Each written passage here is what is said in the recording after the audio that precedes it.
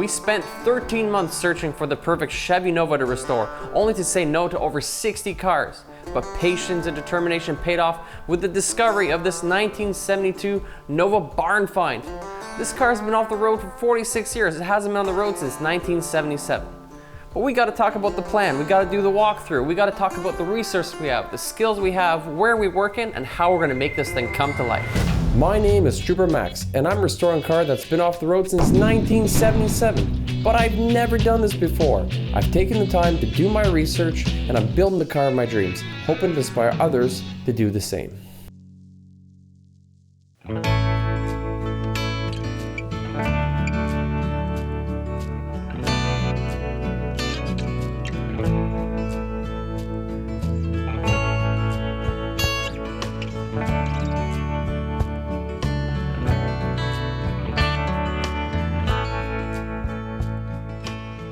So this is our 1972 Chevy Nova project car. What makes this car unique is the fact it took us 13 months to find. And prior to finding this one, we had seen over 60 other cars. We really had to travel far and wide to find just the right vehicle we were looking for, but it was totally worth it. Now this is a true barn find. This car wasn't out in the field and out in the rain and snow. This was inside a barn for nearly 5 decades, until only a few years ago where the owner took it out. So we traveled all the way to New Brunswick to recover this thing.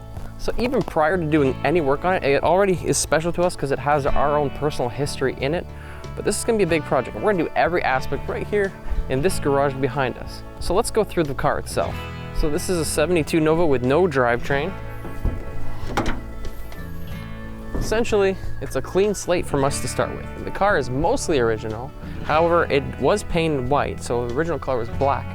And somebody botched the color, which is why it looks so funny to begin with. However, the majority of the metal in this car is really solid, which gives us a really good starting point for this project. Now, although this car wasn't an SS, it was definitely one of the higher up cars because the engine's gone. Somebody had salvaged the engine. I think there probably was a 350 in here. It was a 4-speed manual. And judging from the fact that, you know, it had the power brakes, it has disc brakes in the front, it's definitely one of the higher up levels. Now, there's nothing in here. However, there's a lot of things we can do based on the fact of what's already in here. But it's not so much about what we can do in this car, it's what we don't have to. Most of the cars we had seen in the fields and whatnot, they all needed new rad supports, they needed, you know, inner fenders, they needed fenders themselves, they needed firewalls. Whereas if you look at this car, it doesn't need any of that stuff. All that stuff is intact, even the vent over here. So it's just a really good, solid starting point. And this is where patience pays off because you really want a good starting point for your project.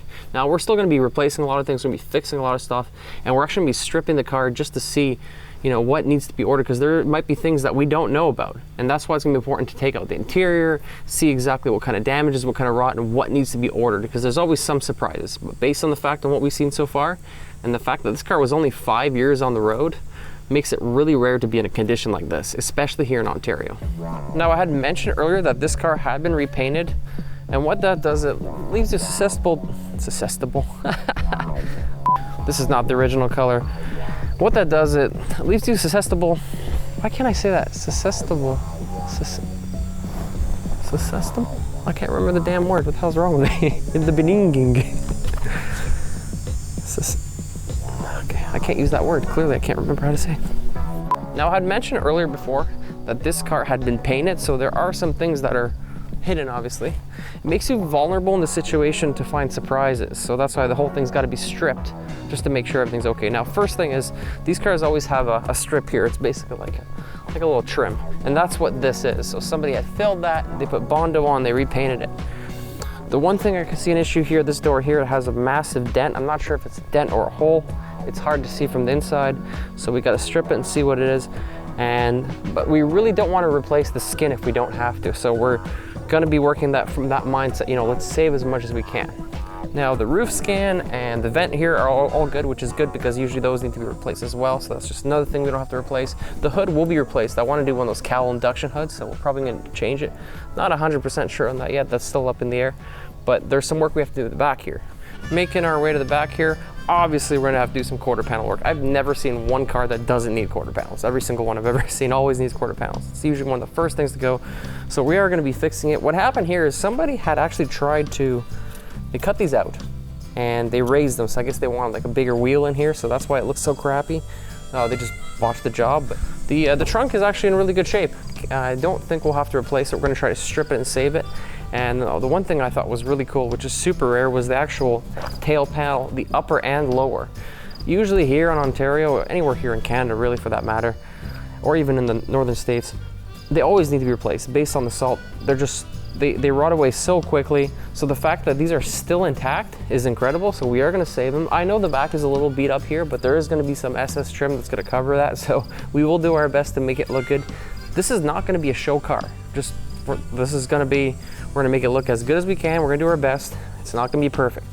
So we're not really worried about hitting 100% here. It's about restoring this car to what it's supposed to look like and making it functional and safe again.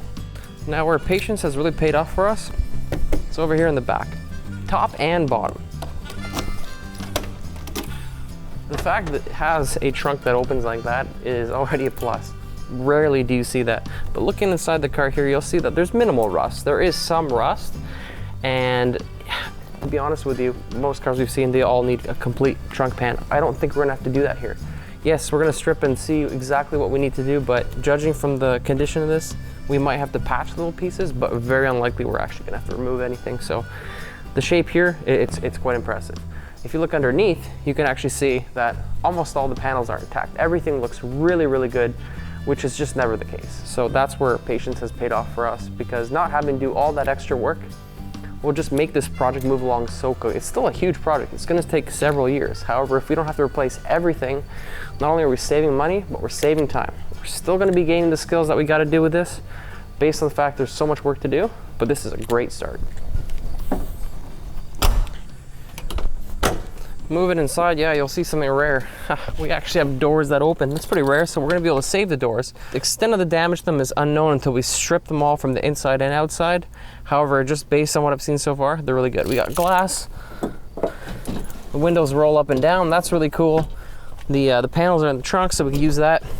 But the coolest part about this, we have a complete dash. We have everything we need for the dash here. Every single piece. Interior is here, so it makes it really easy. I don't have to go hunt around and, you know, different lots and junkyards and whatnot, finding piece. I have everything I need. Plus, everything's black, so it's gonna be really easy to make this look good. Inside the car, it's in pretty good shape. It's what you could expect for sitting this many years, but actually it's in way better shape than most of them actually are, so this is pretty cool. This is the difference between a barn find and a field find. Now looking in this car, check it out. You got rocker panels, they're in good shape. Now the floors do have some rust in some areas, but for us to know exactly what we need to order, what we need to replace, we need to take out the whole interior. So we're gonna be doing that shortly. We're gonna take everything out, check the condition of metal, make our list, order all the metal we need, and we can start putting it in. But before we do that, we gotta talk about the plan. What are we gonna do with this car? What are our plans? What are we putting in? What are we removing? What are we saving? But before we talk about the plan, let's talk about the garage, because this is where we're gonna be working. Now in the past, I had done other projects on my 88 Cherokee. I didn't have a garage like this to work with. All I had was a single bay garage. You couldn't even get a car inside. All I had was space for my tools and a little bit of space to work on metal and whatnot, but I didn't really have a place to actually put the car. We weren't able to put the car inside, so I was always working outside, always having the rain to compete with, all different types of scenarios and weather events. Oh, looks like a nasty storm coming.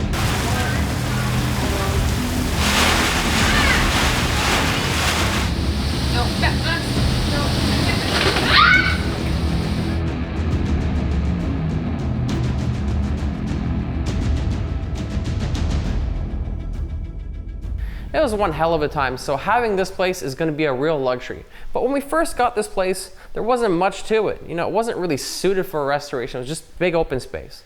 So my wife suggested we get this place, you know, a little bit spruced up, get it ready for the restoration. And that's exactly what we did. We spent a couple days painting, sanding, mudding, just getting it to the standards that we need. And at the same time, we just found a bunch of junk on the side of the road, found some old cabinets, painted them, put on some new hardware, and bam. In no time, you got all this trash that's turned into workable spaces. We didn't have to spend much more than a couple $100 on paint and hardware.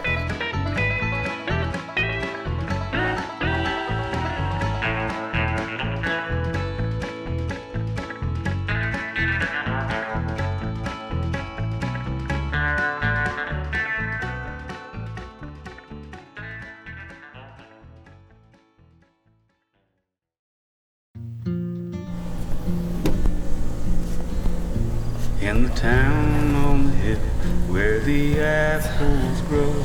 Got no air. Church bells ring every hour. Somebody put the valve stem. Oh, they switched the tires. They're on backwards. Ships coming in. Sun rose up right above the highway. Just always terrifying filling those up. Yellow golden skyway. It's like the day that you jump into the wind.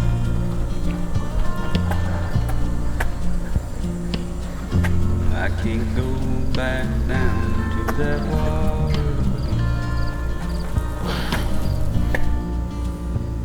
These old muddy shoes keep on walking. Now, in order for this project to be successful, we gotta have one thing in order, and that's a plan. We gotta have a solid game plan, what we're doing on this car. Start to finish, what's the vision, what are our resources, what are our skills, what are we working with? First thing we're gonna do is we're gonna save as much of the factory original car as we can. The thing is, these panels, nothing ever really fits exactly the same way. You know, the aftermarket stuff, there's always issues, the gauge of the metal is different, everything's a little bit different. So if you can save as much of the original stuff as you can, it's definitely the way to go. Let's talk about these fenders, for example. These fenders are a little beat up, and somebody's actually done some work trying to patch them at the bottom here, and they've just rusted, and it just needs to be done all over. The thing is, there's a lot of solid metal there. This could be fixed. So what we're gonna do is we're gonna try to save these, we'll fix all the dents and whatnot, get rid of all the Bondo, and just try to get it back to what it should be. There will be some work here, some manufacturing, but the thing is, to get one of these bad boys, it's $1,000 just for one. Now you tell me, is it worth it to go and buy a whole new one for $1,000 or try to patch it on the bottom here? You know, you let me know. This is not gonna be a show car. It doesn't have to be perfect. We'll make it as good as we can, but the thing is, we're gonna save as much of this as we can. One of the coolest things about this car is it came pretty much complete. So we got the front and rear bumpers. If you look at these things, they're in pretty good shape. They're not perfect, you know, they still have some issues. We're gonna try to save these to the point, you know, get them looking as good as possible, but they're not gonna be flawless. Not gonna be a show car, not worried about that quality. It's still gonna look great. And the cool thing is, if you look at these things, you can actually still see they're still badged 1975 on the plates, and the last registration sticker 1976. So these bad boys haven't been on the road since 77, I believe, is last year. So you're talking like 46 years here. So that's pretty cool. Now, another really cool thing is this car came with a box with all the pieces. You got all the trims and headlights and bezels and eyebrows, everything you need, markers. There's nothing missing on this vehicle. So it was definitely worth waiting to get a complete car. Now, the wacky quarter panels, yeah, of course they have to be fixed. I haven't, like I said earlier, I've never seen one that hasn't, had to be replaced. These always just rot away.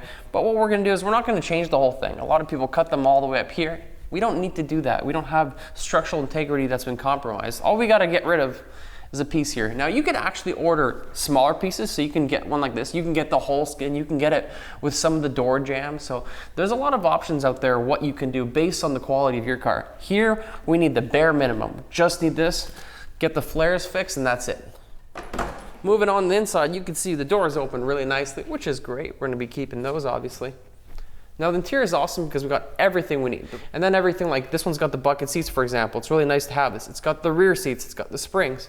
So we could just reupholster everything. We could even save the headliner. The headliner's in pretty good shape. We're gonna try to save that. The dashboard just needs to be cleaned up. The trim piece needs to be cleaned up. So we could save probably 90% of the stuff inside this car. So it's gonna look pretty much like it did before, but it's gonna be all cleaned up.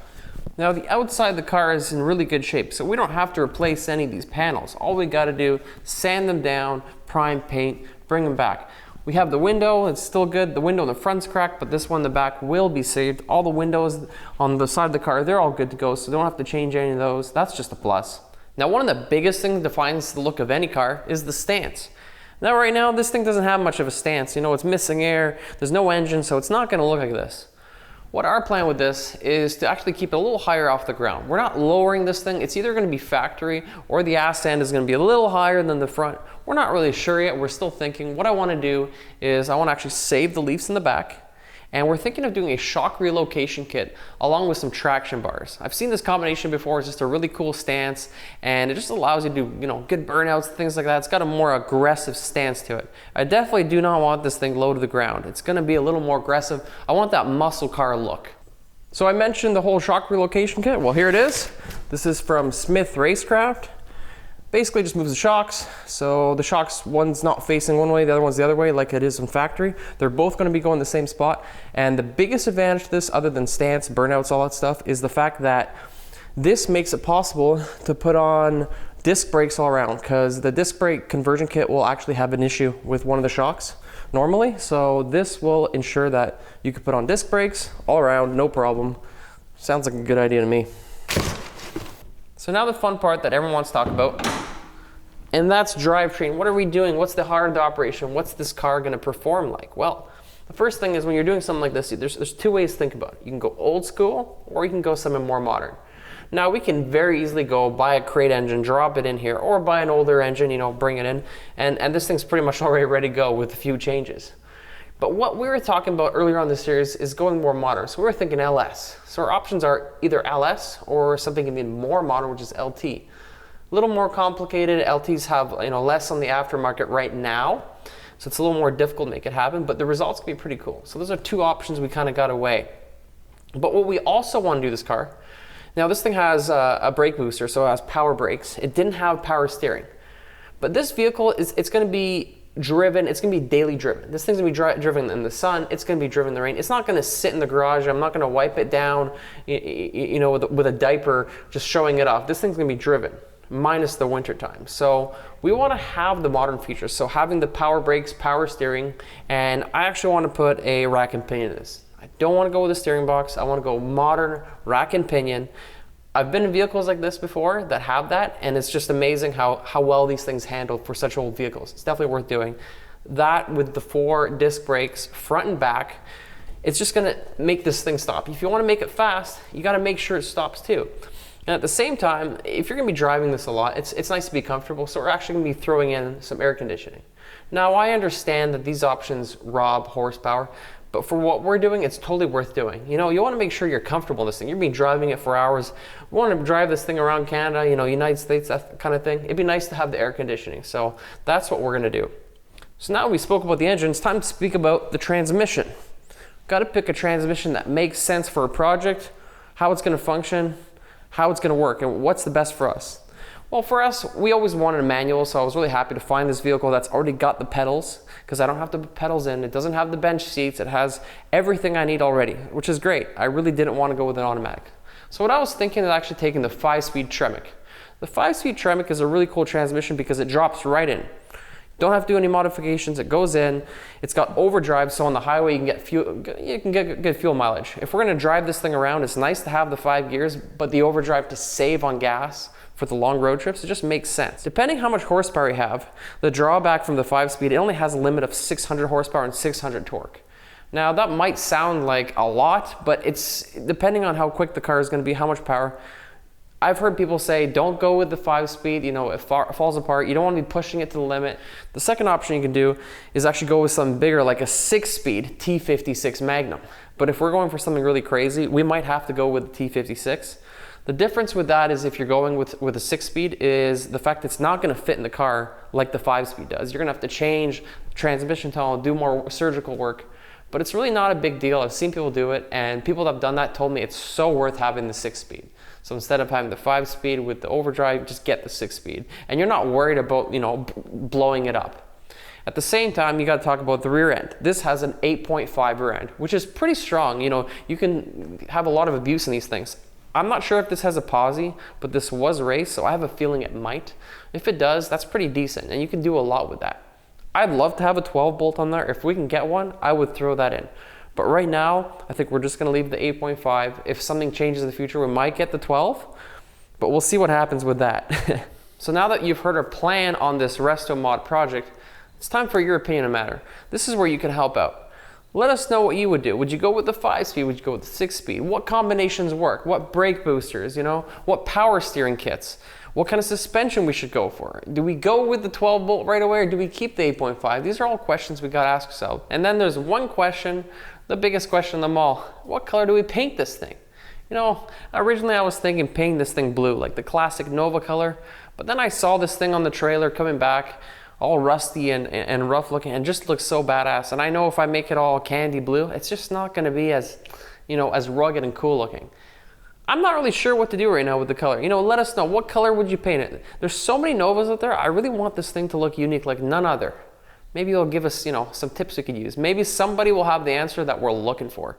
So now that we've gone through the car, we know the condition, we're ready to take out the interior and check out the floor to see what we need to order, what we need to replace. But before we do that, we got to address one question. The biggest question everyone has is money. So we saw a lot of different cars and a lot of different price ranges. But for this car, we end up getting it for 5,000 bucks Canadian. That's about 3,700 bucks American. It's a really good price for a complete car. But purchasing the car, that's only the first expense. Where your expenses really add up is buying all the additional stuff. So, you know, the floor pans, the trunks, all the different panels, the interior pieces, all the stuff that's missing. So what I did is I kind of added up a list of things I would have to buy and how much it would cost me to have basically, if had I gone with any of the other vehicles we saw. And it turned out to be around $10,000. Now, I would have had to spend 10 grand in just parts that I have here on pretty much all the other vehicles I had seen.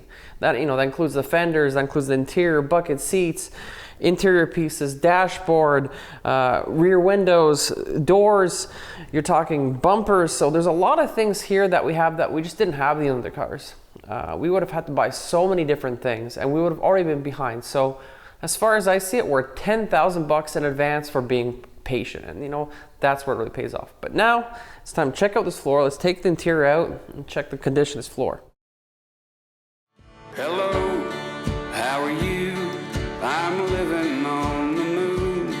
I'm calling from a telephone inside of a saloon. The only other person here left many years ago, and now I sit here at the bar feeling so alone.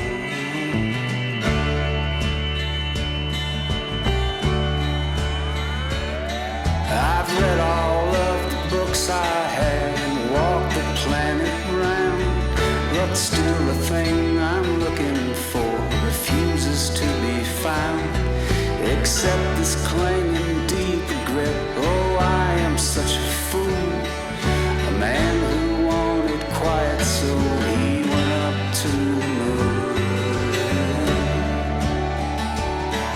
But now this precious solitude I once thought so sublime has changed my sense of what is real and what is in my mind. I think I hear the voices of my distant family, the laughter of my oldest friends for years I haven't seen.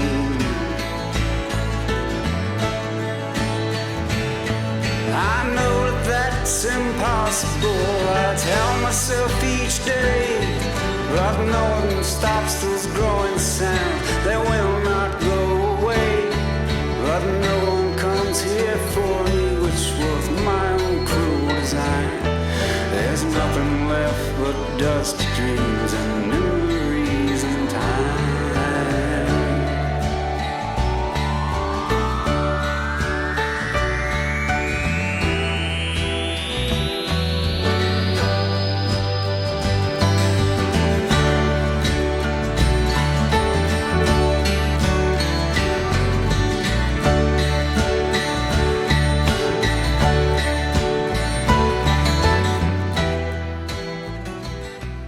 So now we've taken the bottom of the interior out, taken out the center console, the carpets, you know, the seats.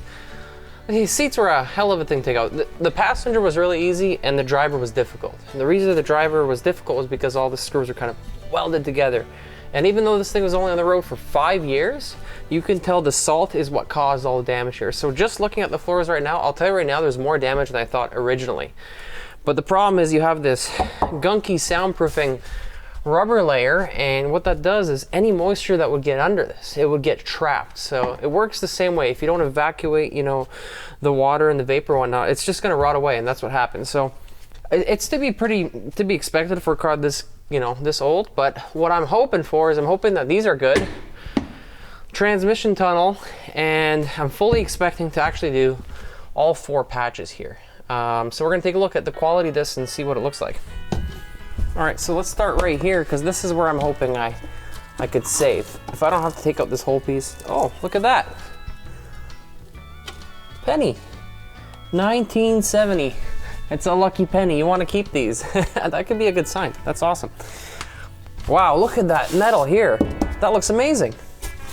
That's incredible. Look at that. No rust here. There's some rust in the corners here. Like this goop is gonna have to be taken off. And overall though, it's pretty damn solid. I can't foresee any issues here, to be honest with you. And of course the water wouldn't sit in this area, it would go down, so this area would be good. So we're 1 for 1 as far as I'm concerned. That's awesome. What we're actually gonna do is divide this floor into 9 pieces. And what I mean by that is basically you got these 2 pieces where the seats are. You have where the driver and passenger feet go, where the passenger and the back feet go, and then the above area.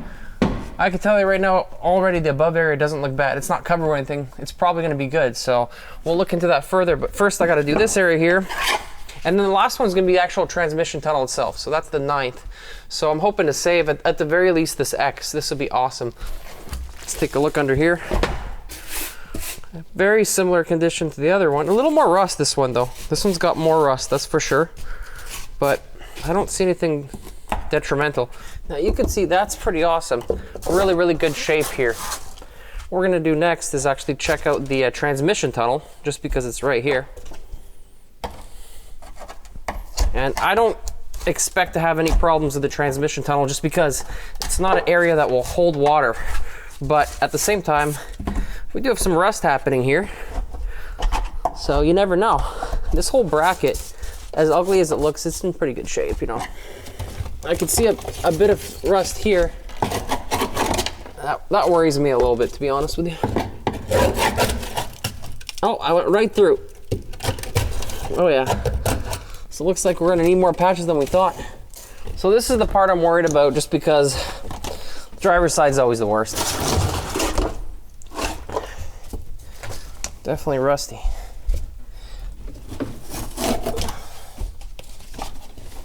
Question is how rusty and how far does it go? All right, ultimate test right here.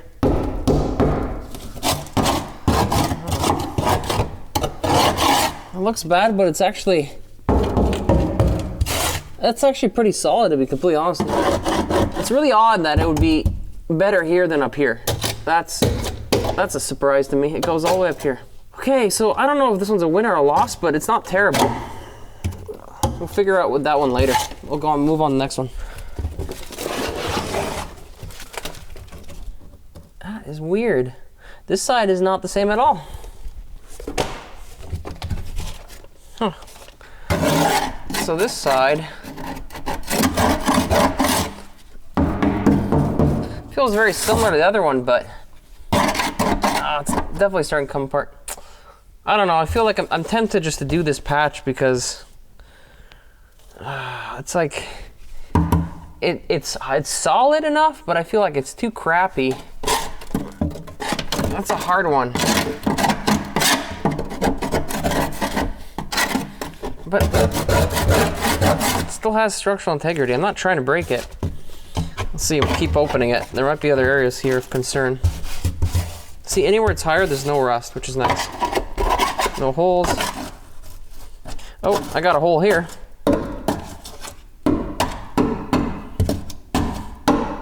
All right, so I went through first time. Here, there's definitely a hole. It's just a little patch again. Yeah. I don't know, it's almost like, it's almost crappy enough that I want to do it, but it's good enough that it's like, do you really want to touch this? Transmission tunnel's fine on this side.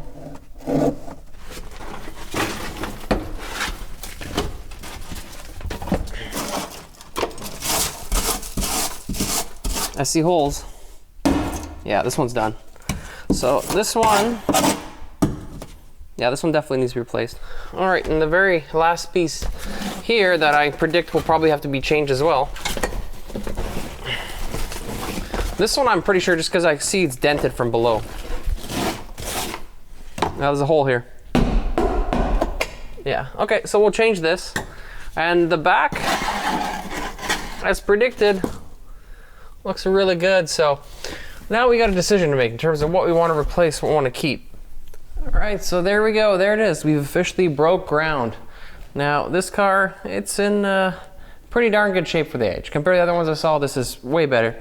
Yeah, it's still gonna be a lot of work, as you can see here. I really should. I should change all 4. I would say out of you know, the 9 sections we had and all the stuff we could change, 1, 2, 3, 4, 5. We're definitely winners of 5. 5 areas we don't have to change. We really should change these 4, and then on the firewall we have 1 area as well. Now the firewall I'm probably just gonna patch because it's an entire area. It's just 1 little spot. The last thing people have been asking me is about skills. You know, how do I feel that I can actually complete a project like this or even tackle a project like this without the skills? I don't think it's so much about skills as much as it is mindset. I don't think you need to have the skill other than having to be a little bit handy, having some tools and whatnot. I used to shoot renovation videos and I didn't know anything about renovating when I first started. I started shooting the videos, I'd watch it, and then eventually I ended up buying a house that needed everything. Had to renovate the whole house, and then we bought this place and we ended up renovating it. After all this time, I can say I've renovated 2 houses. I've done a basement somewhere else. You learn the plumbing, you learn electrical, you learn framing, all that stuff. It's the same thing with the car. You just gotta start. And if we're ever gonna get stuck in this, and at the same time, we don't know everything, we're actually gonna have guests on the show. Whenever there's some sort of special skill that's gotta be shown, we're gonna have guests on the show to help us out so that we can do it properly. We're not gonna cowboy this completely. There's gonna be a couple things where we're gonna be creative, but for the most part, we're gonna try to do it the proper way. If there's anything we want to accomplish with the series, is to inspire others to try their own projects. You got to start somewhere, you know what I mean? You got to invest in yourself, you got to believe in yourself, do your research, give it a shot. You never know what you can do. You know, but there's nothing wrong with asking questions and talking to the pros, getting advice. And in this case, that's exactly what I'm going to do. To try to figure out what to do with this floor, I'm going to contact my good friend Richard, who runs Carthage Classic. He runs this awesome YouTube channel, and he does these massive projects. Sometimes, you know, the Joe's got to ask the pros for advice. And a person like that, that's done so much, has so much to give, and has so much advice, is the perfect person to ask. He might save you, you know, an arm and leg, or at least some frustration at the very least. So I can't stress how valuable it is to take out your floors, you know, get as much information as you can on your car so you know the size of the job. But at the same time, there could be hidden surprises, and likely with this one, there will be some. So what I encourage you to do is subscribe to the channel, follow our journey, because it's gonna be a crazy journey. There's gonna be a lot going on. Make sure your notifications are on, because they could be subscribed, no notifications, and you still won't get the video. So make sure those notifications are on. It's very important, and we really appreciate the support on the channel.